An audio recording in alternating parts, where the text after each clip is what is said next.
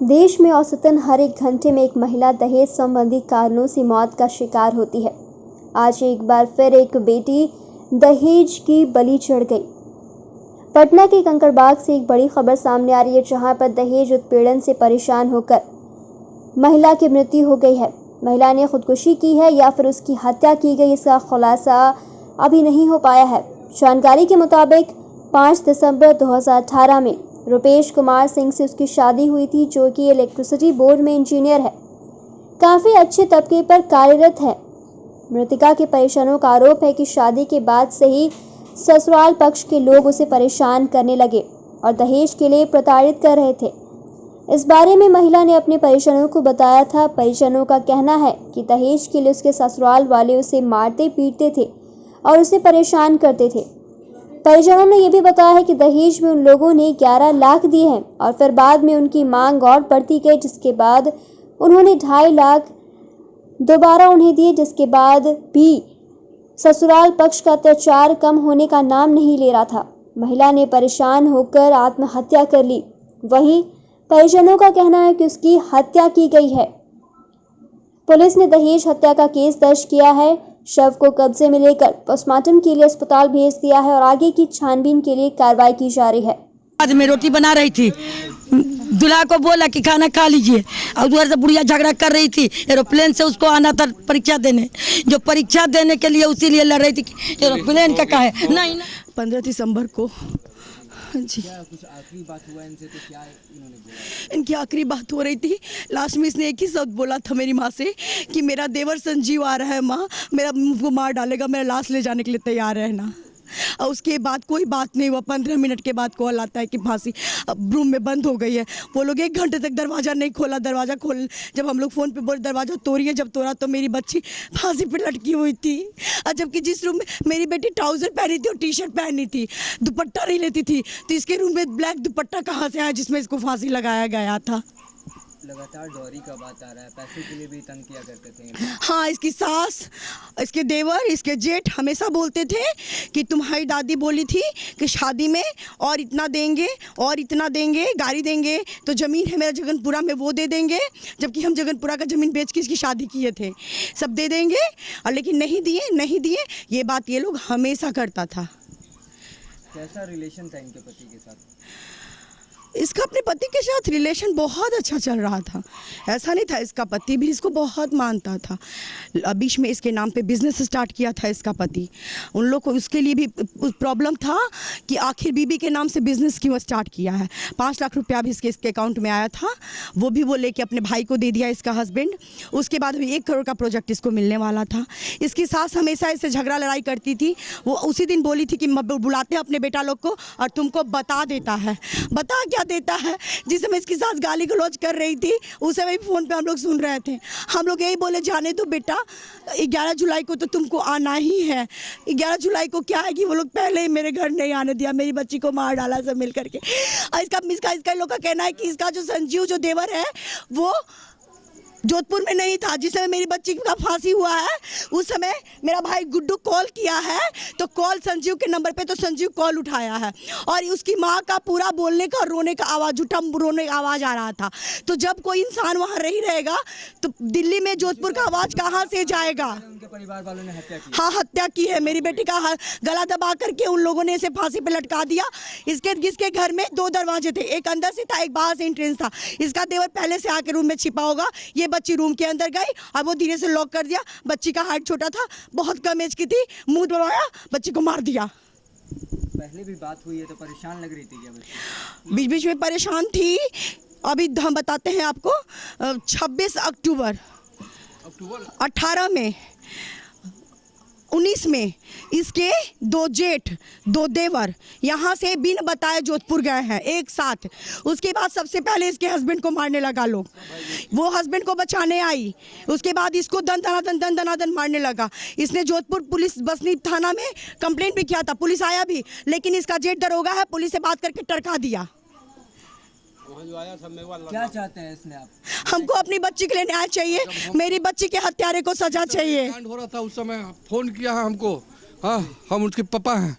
Phone किया 7:52 में उसका फ़ोन आया है उसका जो देवर था संजीव वही फ़ोन किया।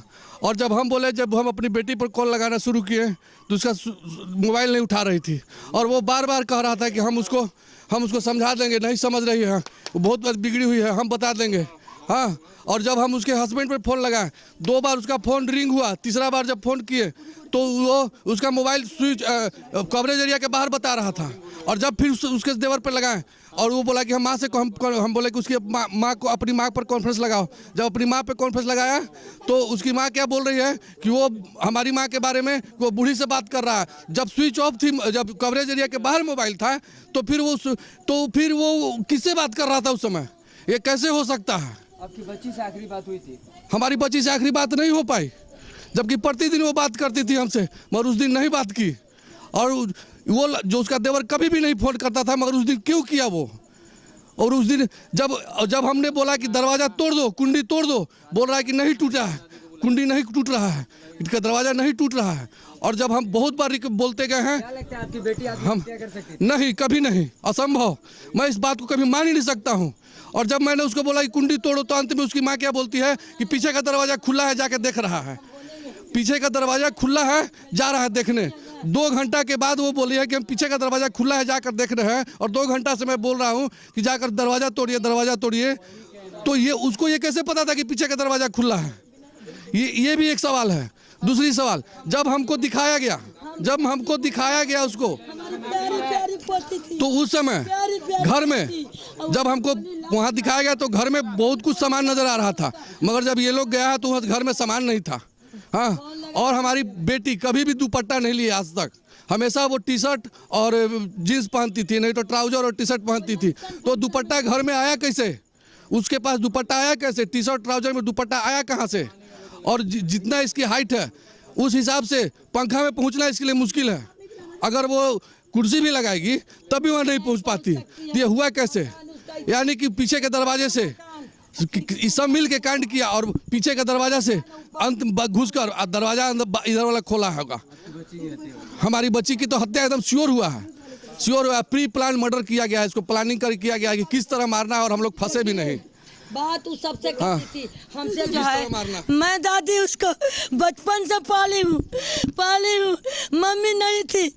पोती मेरी 6 बजे वीडियो कॉलिंग पर दिखाई, बात की, हंसी, अच्छा हंसी। फिर उसके में क्या हुआ है कि एक बार तो क्या हुआ, बढ़िया से थी, माँ 4 जरूर लगाओगी। हाँ 2-3 बार बहन से बात हुई थी आपकी? हाँ हुई थी, मेरी बात हंस के बात कर रही थी वो, उसकी सास उसको ले भी थी। संजीव उसको मैसेज करता था, तुम रुपए से क्यों शादी की, हमसे शादी करना चाहिए तो उसे क्यों की तुम शादी, उसमें तुमको क्या दिखा, मार दिया वो मेरी बहन को, गलत निगाह रखता था। दहेज के लोभियों ने राजधानी पटना में एक मासूम की जान ले ली है। आपको बता दें, राजधानी पटना के कंकड़बाग का दृश्य जहां पर जोधपुर में शादी हुई थी 2018 में, तस्वीरों के माध्यम से दिखा पा रहे हैं। ये वही घर है, बाहर में राजस्थान में शादी हुई थी। आप देख सकते हैं बाहर का एम्बुलेंस से ही गाड़ी है जिससे शरीर को लाया गया है। बच्ची, मासूम बच्ची जो ग्रेजुएशन की पढ़ाई कर रही थी, जिसके बाद उसकी शादी हो गई।